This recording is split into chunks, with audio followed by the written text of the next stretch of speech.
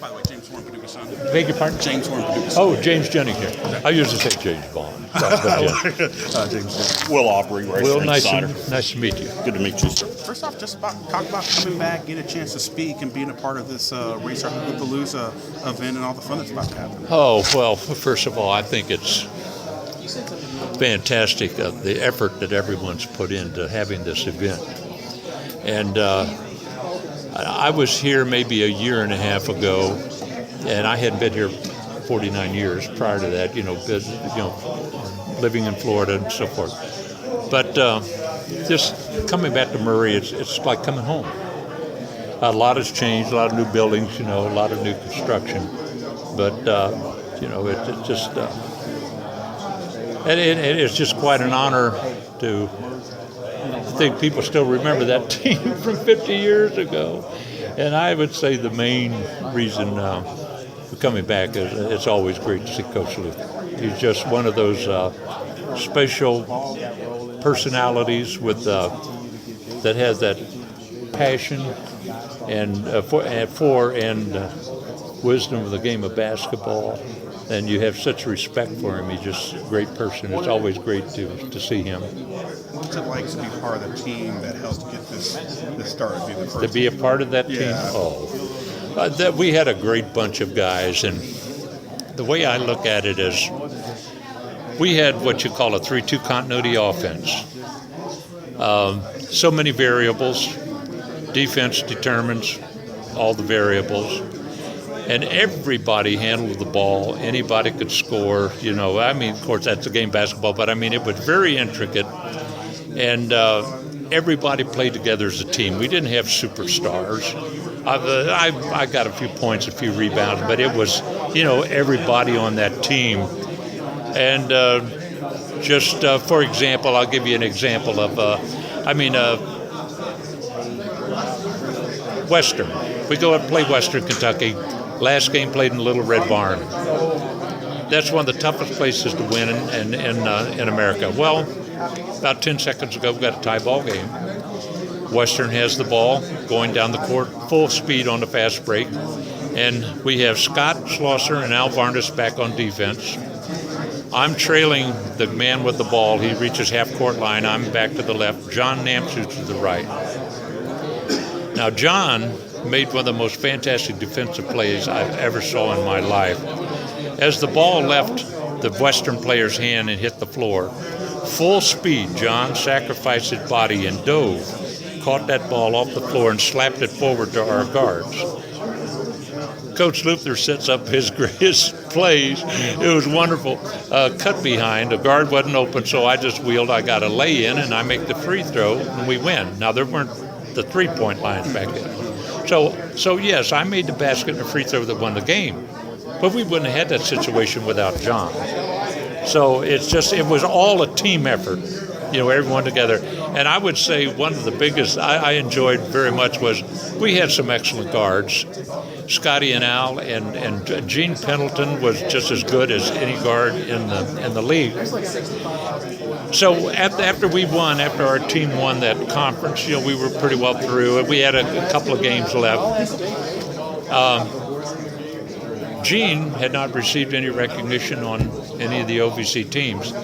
Now remember, this is back when teams could stall the ball, no clock, no three-pointers, that sort of thing. Gene goes up to Moorhead, and they have 6'9", Noe, 6'8", Pokley, one of the Harold Sargent, one of the leading scorers every year, 28 a game.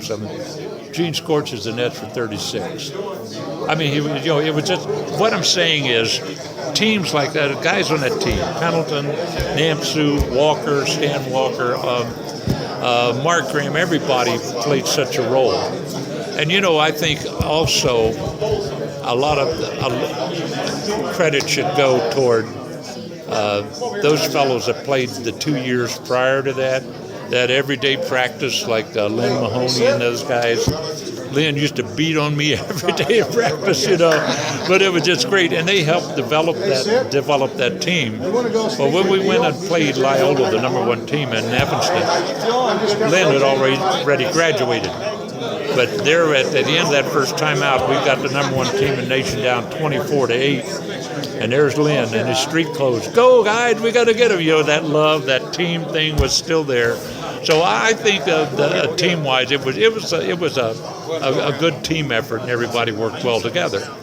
You have any humorous stories you could tell us about playing basketball for Coach Luther and Coach Purcell? Oh, in regards to just anything humorous that happened. Oh my goodness, I have some hilarious stories, and then I have oh gosh, there are so many. Well, first of all, he almost had to be a psychology major to put up with all the egos over the years, But oh my goodness, I would say one of the funniest stories was we had on our way to play that tournament game, NCAA against Loyola in Evanston. The weather was inclement here, rain, we couldn't fly out, so we're going to have to take a train to Evanston. And that was a long train ride, and so we'd been under several hours, and some of the guys, we said, well, look, let's go to the club car, get some Coca-Colas and drinks. So we went there. And all of a sudden the door opened, and here comes Coach Luther. So one of the players was at the bar, and he walked away from the bar and left change of $7. Coach had a rule, no drinking. So we didn't see that. But anyhow, as he comes in, he says, well, I just want to let you guys know, you don't want to stay up too late, get rest. We got that big game, and this is the tough trip. We said, okay, Coach, about that time, as the train is going side to side, from out of the side of the car, rolls a beer can out in the middle of the aisle. And so as the train goes aside, the can rolls a little bit here and it goes a little bit there. And we're thinking, oh, goodness, you don't know who's drinking it or whether it's an old can or whatever. But anyhow, Coach says, okay, be sure to get your sleep. And he goes, and he leaves. When he leaves, everybody, do you think he saw that beer can? Some guys say, no. And they said, of course he did. So total disagreement. Well, 49 years later, I find out, I asked him last year at the Old Timers, I said, did you see that? He said, yeah, I saw it. But he was cool. Now, I think one of the greatest stories that I love about Cal, and this one is, I feel like we should have given him 2 OVC champions in a row. I don't mean to sound cocky on that or not, but we had a good team in 62-63. And when we went home, our record was 7-1, and our only loss was at Bradley by 1 point, and Bradley was the number 1 team in the nation. The only thing is, we won that game. The score didn't show it, but we won the game. And in the final seconds of that game, and this story is going to, I'll verify that, as Bradley knocked the ball out of bounds, the Bradley player grabs it, throws it down the court to their player, and scored. Now they're ahead when it was our ball. Anyhow, the game ended that way. As we walked off the court, I saw All-American Mac Herndon and Big Joe Strouder, 6'11". We said, nice game. And I said, we beat you guys. And they said, they nodded their head in agreement.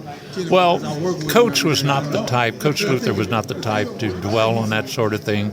You went about business as usual. You got your breaks and makes, and that's part of the game. But what's funny is 31 years later, I get a letter in the mail from Coach Luther, and in it contains an article, and it turns out that Murray State is going to play Bradley, resume their rivalry. Well, they're interviewing the coach that was the coach of that Bradley team that we actually beat. And he's interviewing, he says, well, these Murray teams, they're great, and he named off the teams and players, and they can beat anyone in the nation. He says, in fact, in the early 60s, there's a team they had came in here and they beat us. He said the Zebras helped us beat them. So here is an acknowledgement from the very coach. Yeah, so it's not that you go around and whining or crying about it, but the thing is, Coach sent me, I often wondered how he felt about that game, and it's funny, 31 years later you get that You know he was tuned in. Here's your answer. The guy knows it. You know it. We know it. We won it. But, I just think it's an interesting part of basketball, Thank you very much. Okay, thank you. Yeah, how are they gonna make up those two? We don't know.